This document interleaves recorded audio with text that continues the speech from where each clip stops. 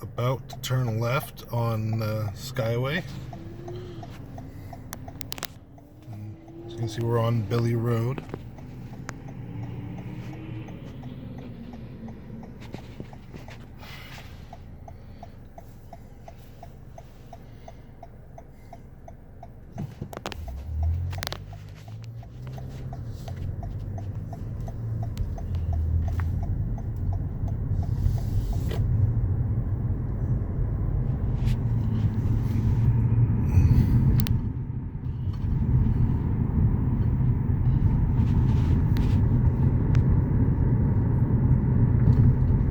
Sorry for driving too fast, but I'm trying to obey traffic laws.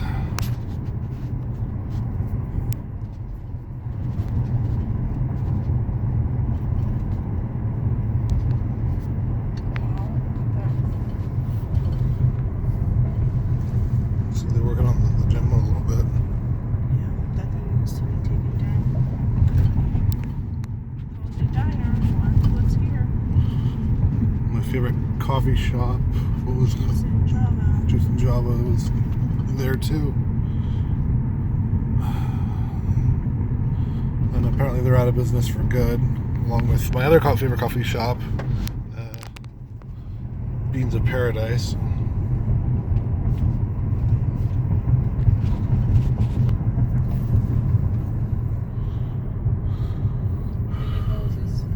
don't know what's going on with the house. They need water. And that's the hard part, is like, even though like a lot of business structures may have survived, the businesses themselves don't always survive because there's just not enough customers to keep them open, or their own personal lives were damaged so much that they couldn't continue to operate. So you might actually have like a mom and pop shop that made it, but then the people that ran it just aren't House here. burned down. Yeah.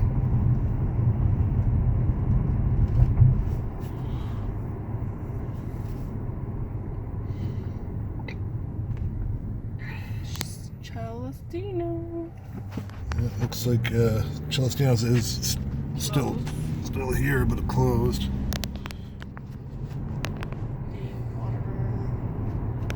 What? They need water. You need water? They need water. Oh, right, because the water is contaminated with benzene, and so you basically need a water tank to be able to even run a business that serves food.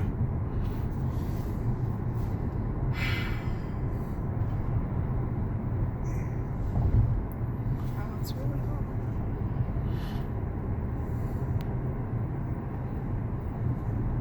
You can still see cars for sale. Probably wouldn't want to buy one of those, though. I bet you could get it for real cheap. Probably. Sorry for my fingers being in the shot.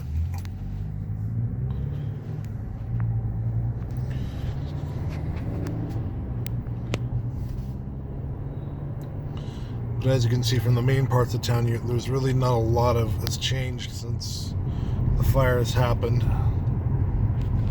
Most of these trees are over 2 weeks. So far, all we've seen is them chopping down some trees and stacking them.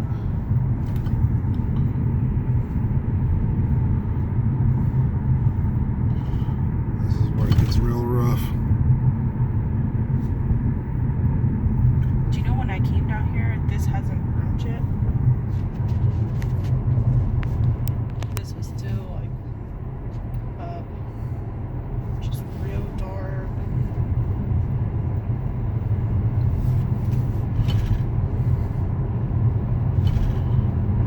Are you able to slow down a little bit?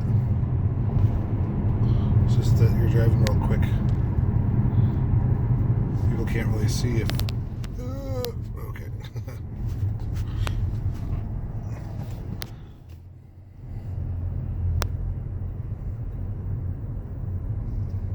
I need. There's an old restaurant that used to be there. Of course, it was empty when the fire happened, as far as I know.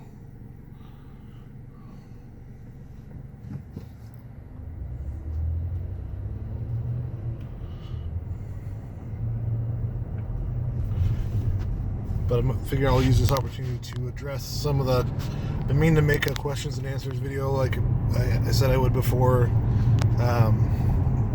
Life's kept me really busy. As you can imagine, even going through this would be. And it's been kind of hard to get the motivation as well, just because it's been depressing over here. But off the top of my head, I can answer a few things. Since I have about 4 minutes left on this video. I see a lot of comments regarding, concerns about like deep government and like specialized weapons, and like how some buildings burned while others were untouched.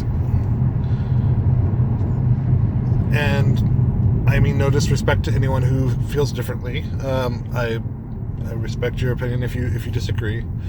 But based off of my living here for a good long portion of my life, I do not believe it was any kind of conspiracy. It was just a fire.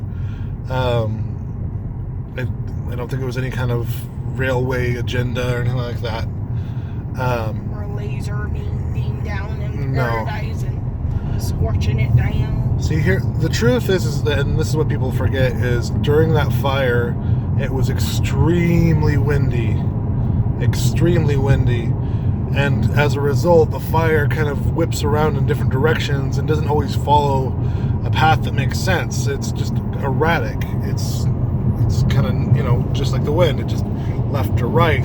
So it might leave entire sections untouched and then go around buildings. And the reason why you would see some buildings that were untouched is that they simply had a very clean yard. They didn't have leaves in their yard or on their roof. They had a perimeter around their property,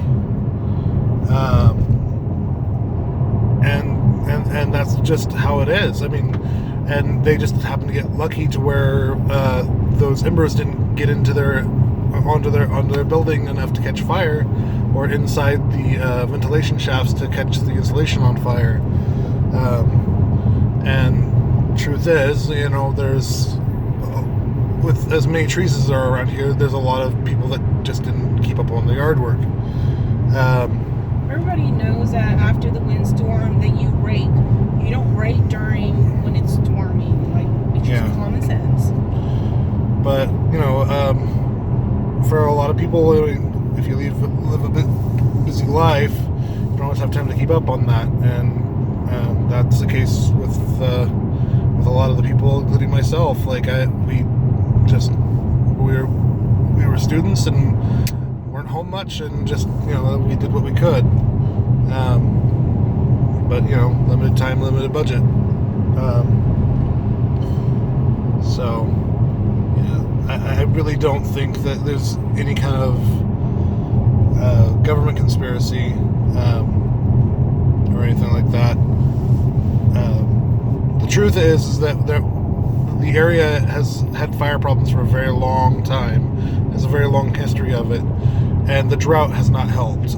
There's been drought for the past 5, 6, 2011? that long? Oh, yeah, I guess you're right. And because of that infestation, it made a lot of the trees weak. And as we also had the beetle infestation in Paradise. Right, and there was a beetle infestation, and that made it so that with the drought, it was that much easier. And that made the trees die and then get dry, and then it just made them more combustible.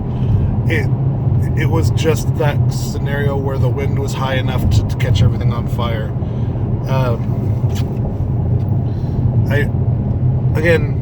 When I want to make this very clear, if you have different views than that, I respect that, and I mean no ill will, or I don't mean to offend you in any way. That's not my intent. I'm just stating my own personal opinion. So, and because I'm aware, I have a lot of people that believe that follow this channel. So, which is fine. Regardless of whether or not we agree or disagree, I want to thank you for watching, because it helps build my channel. Thank you very much.